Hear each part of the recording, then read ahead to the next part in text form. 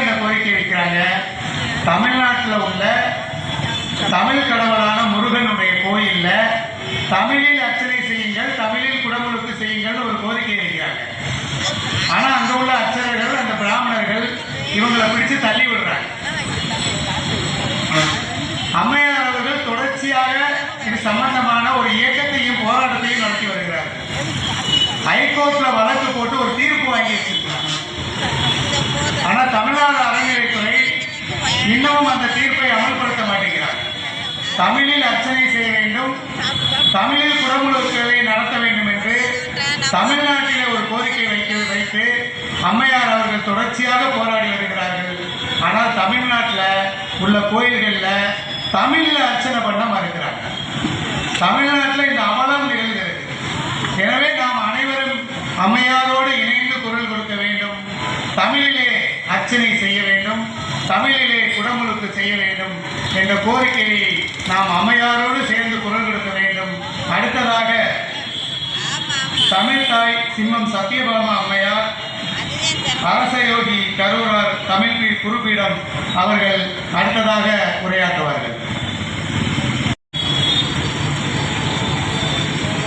ஓம் குருவே போற்றி, ஓம் குருவே எல்லாம்.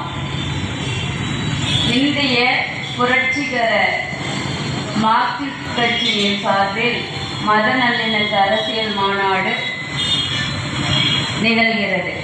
இம்மாநாட்டில் எமக்கும் கலந்து கொள்ள வாய்ப்பு தந்த ஆன்றோர்கள், சான்றோர்கள்,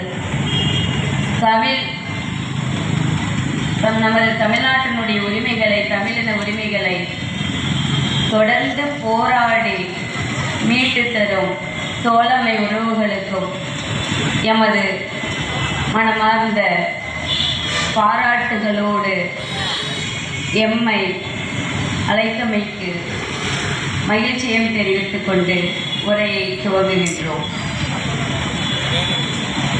நமது மாநில உரிமை, மாநில மொழி, மாநில வழிபாட்டுரிமை பெற்றும் பல ஆண்டுகளாகியும் இந்த RSS கும்பலால் நமது தமிழ் மன்னர்கள் கட்டிய தமிழின கோயில் கருவறையில் தமிழ் மொழியும் இல்லை, தமிழர்களும் இல்லை. அந்நிய வட ஆரிய சமஸ்கிருத பார்ப்பனர்களின் ஆளுமைகளால் மட்டுமே ஆளப்படுகிறது. எங்கிருந்தோ வந்த இவர்கள் நமது கற்கோயில்களில் ஆளுமை செலுத்துகின்ற உரிமை அவர்களுக்குள்ள போது நாம் நமது மண்ணில் நம் முன்னோர்களால் கட்டப்பட்ட நமது தமிழின கோயில்களில் நமது தமிழர்களும் பார்ப்பன அல்லாத எவரும் தமிழ் மொழியில் கருவறையில் பூசை செய்யவோ வேள்விச்சாலையில் வேள்வி நடத்தவோ நமக்கு அனுமதி இல்லை.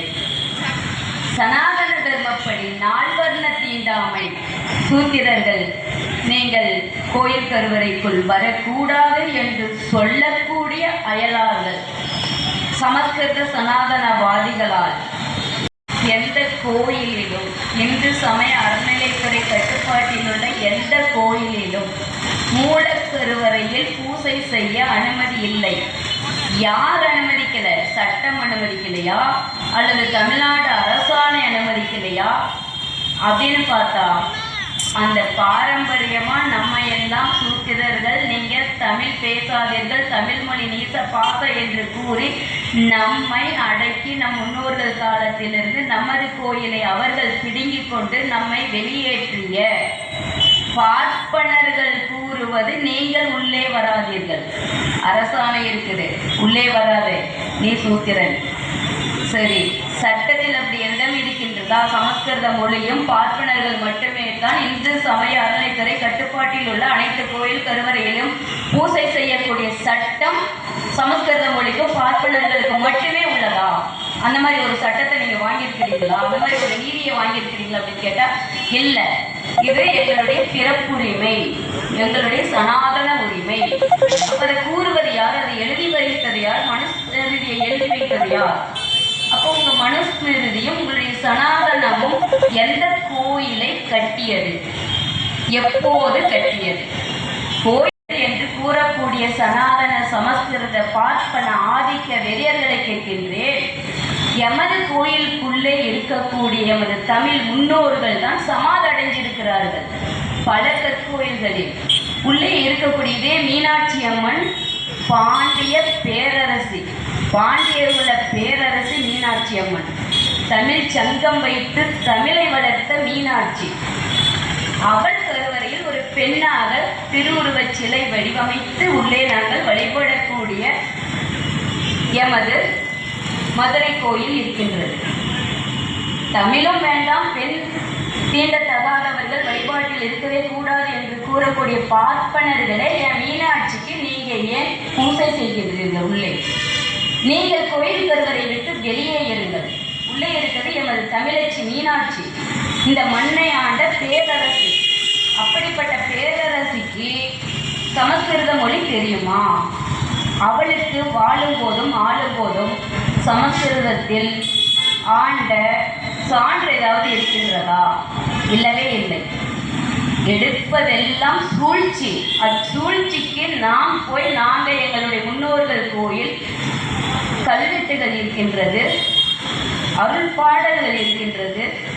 நெருப்பு பந்து, நெருப்பு கனல் அடங்கி கருக்கோலமா மாறி, கருக்கோலத்துக்கு பிறகு பனிக்கோலமா மாறி, பனிக்கோலம் உருகி நீர் ஓடும் போது கையகல கல் தோன்றி மண்ணே தோன்றாத காலத்தில் முன் தோன்றியது நமது தமிழ் மொழி. அப்படிப்பட்ட தமிழ் மொழி பாடலே சாட்சி நமக்கு. அந்த மொழியை கருவறை விட்டு வெளியேற்றி ஆளுகின்ற சனாதன சமஸ்கிருதவாதிகளுக்கு தமிழ்நாட்டில் பிறந்த தமிழர்களே இந்துத்துவவாதிகளாக, கை கூலிகளாக, கண்காணிகளாக நீங்கள் சமஸ்கிருதவாதிகளுக்கு தோள் கொடுத்து அவர்களை நீங்கள் தலையில் சுமந்து தமிழர்களை அவர்களோடு சேர்ந்து தன் இனத்தையே வீழ்த்துகின்ற ஒரு தீர்ப்பு தான் தீபத்தூன் தீர்ப்பு.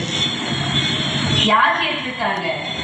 உள்ள இருக்கிற ராஜா பட்டர் பிச்சை கொடுக்கலோ அந்த இடத்தில் பாரம்பரியமா நாங்க ஏற்றுற இடத்துல தீப ஏற்றணும்னு சொல்லிட்டு உட்காந்துட்டாங்க. அவங்க சமஸ்கிருத சனாதனவாதியாக இருந்தாலும் இந்த செயல்பாட்டில் நான் ராஜா பட்டரை பாராட்டுகின்றேன். ஆனால் இந்த தீபத்தூண் ஏற்ற வேண்டும் என்று துடிக்கும் இதற்குரிய தமிழர்கள் சனாதன ஹிந்து மத ஹிந்துத்துவவாதியாக இருந்து கொண்டு அன்றாடம் பிரச்சனை ஏற்படுத்துவதற்கு தான் இருக்கின்றீர்கள். இதே நீங்க உங்களை கேட்டுக்கின்றேன். மீனாட்சி அம்மன் கோயிலுக்கு தமிழில் தமிழர்களால் முதன்மை பெற்ற உயர்நீதிமன்றத்திலே மதுரை கிளை பிறப்பித்த உத்தரவின்படி தமிழில் குடமுழுக்கு நடத்த வேண்டும், தமிழரால் நடத்த வேண்டும் என்று உங்களால் குரல் கொடுத்து ஒரு அறிக்கையை வெளியிட முடியுமா? ஒத்துக்கொள்கின்றோம், நாங்களும் இந்துக்கள் தான். நீங்கள் இந்துக்கள், நாங்கள் இந்துக்கள், தமிழர் இந்து. அதை செய்ய மாட்டீங்க. அப்போ உங்களுடைய நோக்கம் என்ன? வழிபாட்டு உரிமையை பெறுவதா? இந்து மத வழிபாட்டு உரிமையை மக்களுக்கு வழிமுறைகளையும் பின்பற்றி வாழ வழிகாட்டுவதா? அல்லது மத பிளவுகளை ஏற்படுத்தி நம்மளுடைய சகோதர ஒற்றுமையை சிதைத்து மதத்தின் பெயரால் மானுட குலத்தை அழிக்கும் திட்டமா? காலங்காலமாக நிகழ்கிறது. இதே மதுரையில் வைகை ஆற்றங்கரை கரூரார் வளர்த்த தமிழ் சங்க காலத்திலிருந்து கடந்த 3000 ஆண்டுகளுக்கு முன்பு கைபர் கோலன் கணவை வழியாக வந்த வந்தேரிகளாக இருக்கக்கூடிய சமஸ்கிருத சனாதன ஆரியவாதிகளே, அயலார்களே, பள்ளியில் படித்த நமது தமிழர்கள், பார்ப்பனர் அல்லாத தமிழர்கள் யார் இருக்கின்றார்கள் என்று யாகசாலையில் பார்க்க சென்றோம். ஒருவரும் இல்லை. தமிழர்கள் ஒருவர்களை வைத்து வெளியே மேடையில் ஒலிபெருக்கி மூலமாக ஓதுகின்றார்களோ தவிர மூலக்கருவறை பூசை செய்ய பார்ப்பனர் என்ற பட்டர்கள் அல்லாத எந்த ஒரு தமிழர்களையும் அனுமதிப்பதே இல்லை.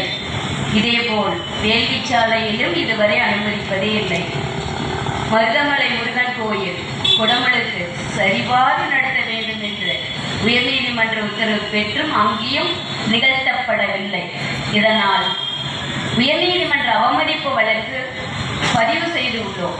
இதுபோல் ஒவ்வொரு இடத்திலும் உயர்நீதிமன்றம் போறது, நீதியை வாங்குவது, நமது தமிழ் மண்ணில் நமது தமிழ் வழிபாட்டுரிமை மீட்பதற்கு இவ்வளவு அனைத்து தோழமை உறவுகளும் நாடாளுமன்ற உறுப்பினர்களும் பாராளுமன்ற உறுப்பினர்களும் குரல் கொடுத்தும் நமது வழிபாட்டு உரிமையை சட்டப்படி பெற்றும் நிலைநாட்ட முடியாத காரணம் பார்ப்பனர்களுக்கு அடிமையாக வாழ்கின்றோமா அல்லது அவர்களுக்கு மொத்த கோயிலையும் நாம் தானம் கொடுத்து விட்டோமா என்பது இனிமேல் வழிபாட்டுரிமை மீட்பது நமது தமிழர்களின் கையில் தான் இருக்கின்றதை தவிர அவங்க துரத்த ஓடிக்கிட்டே இருந்தோம்னா ஓடிக்கிட்டே இருக்க வேண்டியதான். மீனாட்சி அம்மன் கோயில் குடமுழுக்கு தமிழரால் நடத்த வேண்டும்.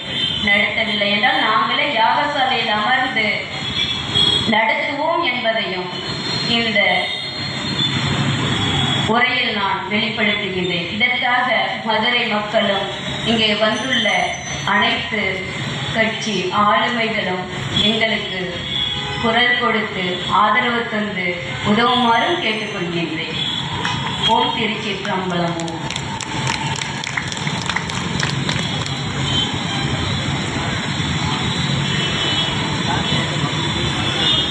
சத்யபாமா அம்மையார் அவர்களுக்கு தோழர் நிவேதா அவர்கள் சால்வை அளிப்பார்கள்.